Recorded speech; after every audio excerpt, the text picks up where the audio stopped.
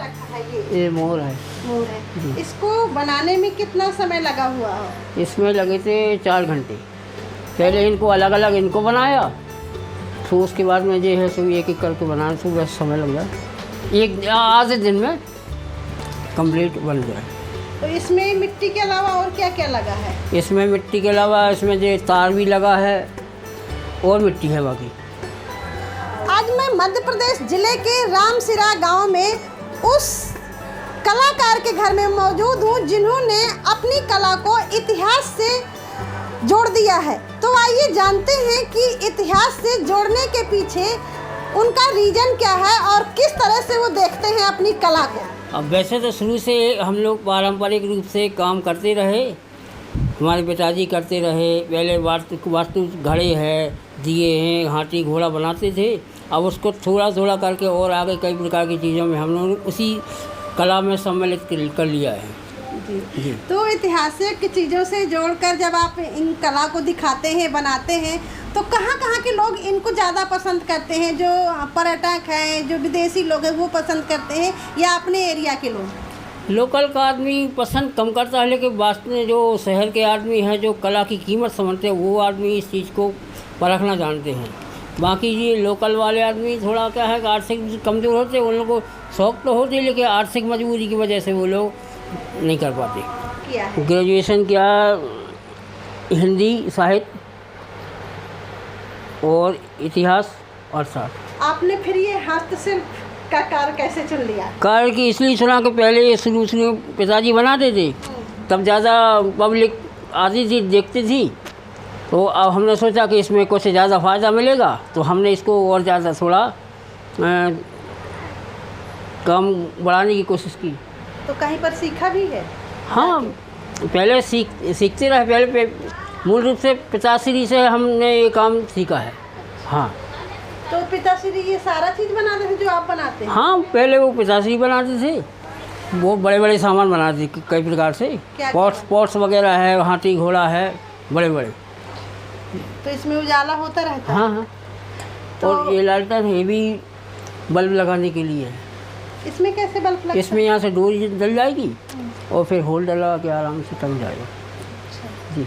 ये मिट्टी आप कहाँ से लाते हैं? हम तो सुनते हैं कि आजकल मिट्टी ही नहीं ढूंढी। नहीं, मिट्टी की तो बहुत समस्या होती है। मिट्टी के लिए हम लोग तालाब है, तालाब से लाते हैं, फिर वहाँ से ट्रैक्टर ट्राली से डलवाते हैं। फिर उस मिट्टी को सुखाने के बाद में उसको घोल बना के छानते हैं। छानने के बाद में थोड़ी कड़क हो जाए, फिर उससे सामान बनाते हैं।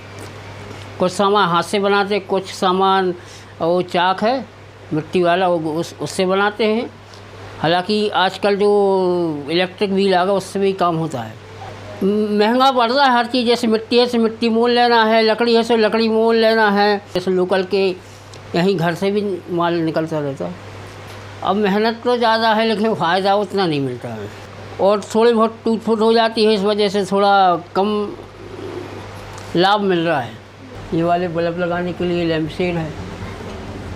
इसमें कैसे बल्ब लगता है? इसमें उल्टा लगाते हैं, जैसे ये बल्ब है, इसको इस तरीके वैसा वाला वो आता होल्डर, इसमें इस तरीके से उजाले के लिए ये लैंप शेड है।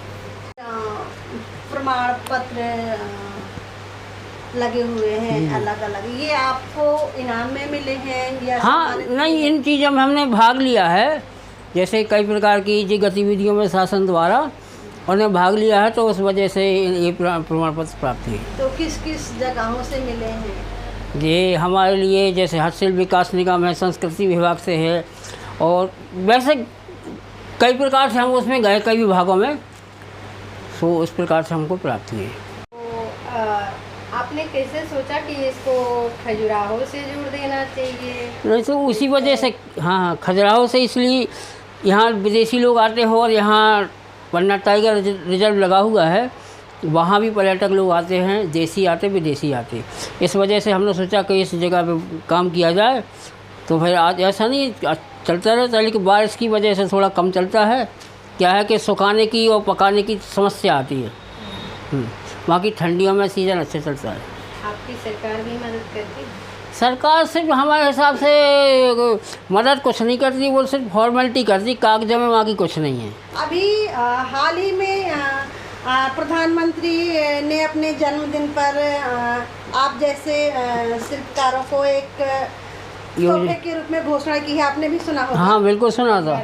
रोजगार दिवस के रोजगार बारे में। दिवस। तो आप क्या कहना चाहेंगे उसको लेकर? अब उसके बारे में उनकी योजना वो सही है, लेकिन हकीकत में जो पारंपरिक शिल्पी हैं उनको ये इस योजना का लाभ मिलना चाहिए। बाकी जो नकल करके और मान के चलो इकट्ठा माल उनसे शिल्पियों से खरीद के बेचते उनको फ़ायदा मिलता है। जो वास्तविक जो शिल्पी हैं उनको वैसे वो हर इन चीज़ों से वंचित रह जाते हैं।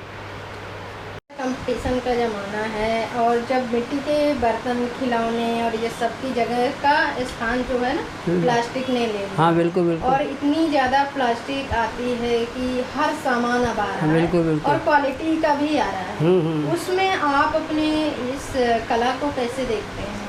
अब वो कला के लिए वो तो कंपटीशन चल रहा है।